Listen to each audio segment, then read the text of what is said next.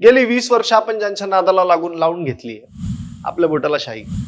Sorry, Ram आधीचा करायचा, आताचा सलाम नमस्ते करतो. Structure, urban development, youth progression आणि मुख्य म्हणजे टाउन प्लॅनिंग यापैकी कोणत्याच विषयांवर मी यांना बोलताना नाही पाहिलेलं. पण आता तर जनता तुम्हाला हिंदुत्वाच्या कार्डवर मतदान सुद्धा करणार नाही. कारण तुम्हाला मतदान म्हणजे राहुल गांधींनाच मतदान. खासदार होण्यासाठी जनतेची कामं करणं महत्वाची की एखाद्या बाबांचा कार्यक्रम करणं? वेळोवेळी माहिती घेणार आणि या शहराला 12 महिन्यात कसं पाणी देता येईल याच्यासाठी मी प्रयत्न करणार. आणि आता यांच्या इतक्या अथक प्रामाणिक प्रयत्नानंतर तेच पाणी 17 दिवसांनी येतंय. मार्केटच्या ठिकाणी महिलांच्या सोयीसाठी प्रसाधन गृह उभारणं आपल्यालाही जमलेलं नाहीये. आणखीन तरी अपक्ष म्हणून विनोद पाटील सुद्धा बाकी भिडूंसोबत भावी खासदारांच्या रेसमध्ये आपल्याला दिसत आहेत. जय महाराष्ट्र मित्रांनो. तर आज गाव गप्पामध्ये शहराच्या जनतेचा कशा प्रकारे गोंधळ उडालाय हे आपण बघणार आहोत. काल विरोधी बाकावर बसलेला संध्याकाळी मंत्रीपदाची शपथ घेतो. कुणी पालकमंत्री होतो तर कुणी केंद्रीय मंत्री होतो. पण या सगळ्यामध्ये मतदार राजा कसा भरडून निघतोय हे तितकंच खरं आहे. शहरात जनतेला येणाऱ्या अडचणी कुणाकडे घेऊन जायच्या? गेली 4 वर्ष शहराला नगरसेवकच नाही. माणूस सत्ताधारी आमदाराकडे जातो तर तो दुसऱ्याकडे पाठवतो, दुसरा तिसऱ्याकडे पाठवतो, मग तो खासदारांकडे जातो तर तो लांबूनच राम करतो. सॉरी, राम आधीचा करायचा, आताचा सलाम नमस्ते करतो. जनतेचा प्रचंड गोंधळ उडालाय. आता जनतेला उत्तर पाहिजेत. एक एक करून या सगळ्यांकडे येऊ. त्याआधी मी काही चित्र आपल्याला दाखवतो, त्यावर नजर टाकूयात.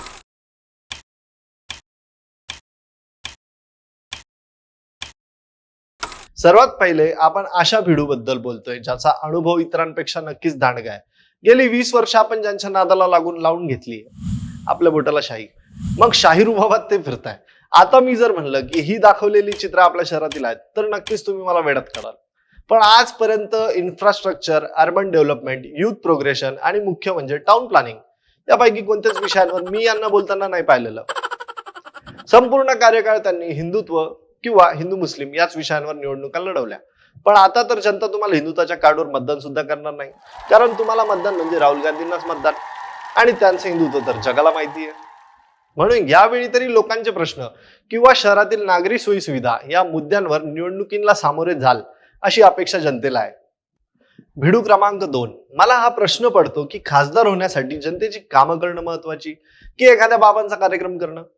पुढचा भिडू जो आहे त्यांची स्टोरी म्हणजे नासाच्या रॉकेट सारखी. अगोदर आतोनात प्रयत्न करूनही फुसका फटाका. म्हणजे 2009ला जनतेने जनाधार काही दिला नाही आणि आता रॉकेटनी झेप घेतलीस तर थेट मंगळाला वेढा. अर्थात शहराचे केंद्रीय अर्थराज्यमंत्री भागवत कराड 1997 ते 98 उपमहापौर, तर 2000 ते 2001 व 2005 ते 2006 असे एक वर्ष महापौर म्हणून त्यांनी पदभार सांभाळला. एप्रिल 2020 ला राज्यसभा सदस्य आणि जुलै 2021 ला केंद्रात राज्यमंत्री म्हणून पदभार स्वीकारला. लमसम 4 वर्षाच्या या कालावधीत शहरात किती नवीन उद्यानं किंवा शहराला सुंदर बनवण्यात त्यांनी किती हातभार लावला हे बघितलं पाहिजे.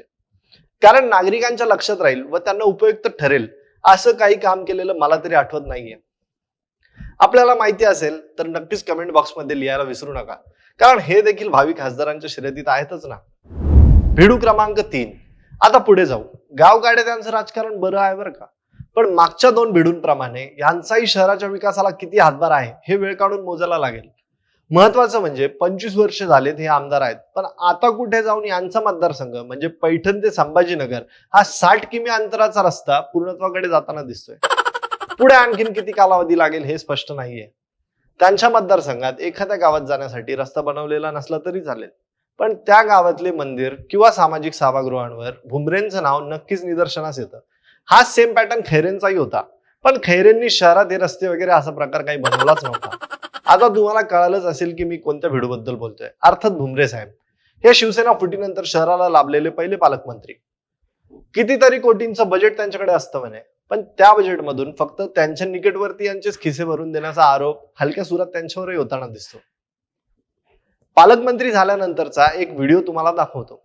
माननीय एकनाथ शिंदे साहेब आणि देवेंद्र फडणवीस साहेब यांनी माझी पालकमंत्री म्हणून निवड केली आणि सगळ्यात प्राधान्यानं जर कोणतं काम मी करील तर 1 वर्षाच्या आत मी या शहराला पाणी पिण्याचं देण्याचं मी आपल्याला निश्चित खात्री देतो.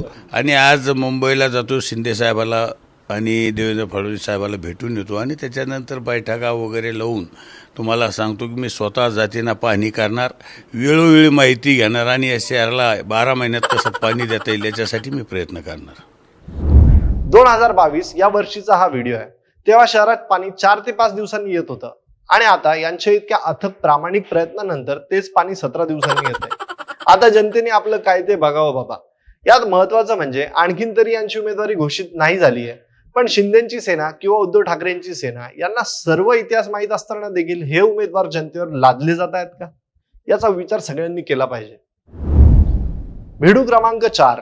जातीपाती न बघता मी काम करतो असं बजावणारे किंवा मराठा आरक्षणावेळी जरांगेंना समर्थन देणारे, पण निवडणुकीवेळी 2 जाती धर्मांमधील द्वेषाचं राजकारण जुळवत निवडून येण्याची संधी न सोडणारे खासदार म्हणजेच आपले पुढचे भिडू इम्तियाज जलील.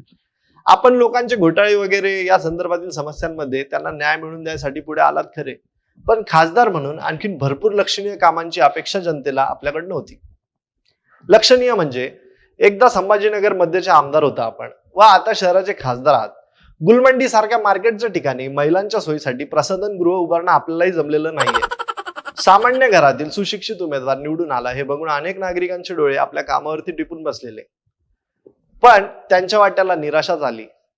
लोकसभेत आपण शहराच्या विविध विषयांवर बोलताना बघताना खरंच कुणीतरी जनतेचे प्रश्न दिल्ली दरबारी मांडतंय असं दिसतंय खरं, पण त्यापैकी थोडंही काम कृतीत उतरताना किंवा ऑन ग्राउंड दिसत नाहीये हे नाकारता येणार नाही. व्हिडिओ क्रमांक 5.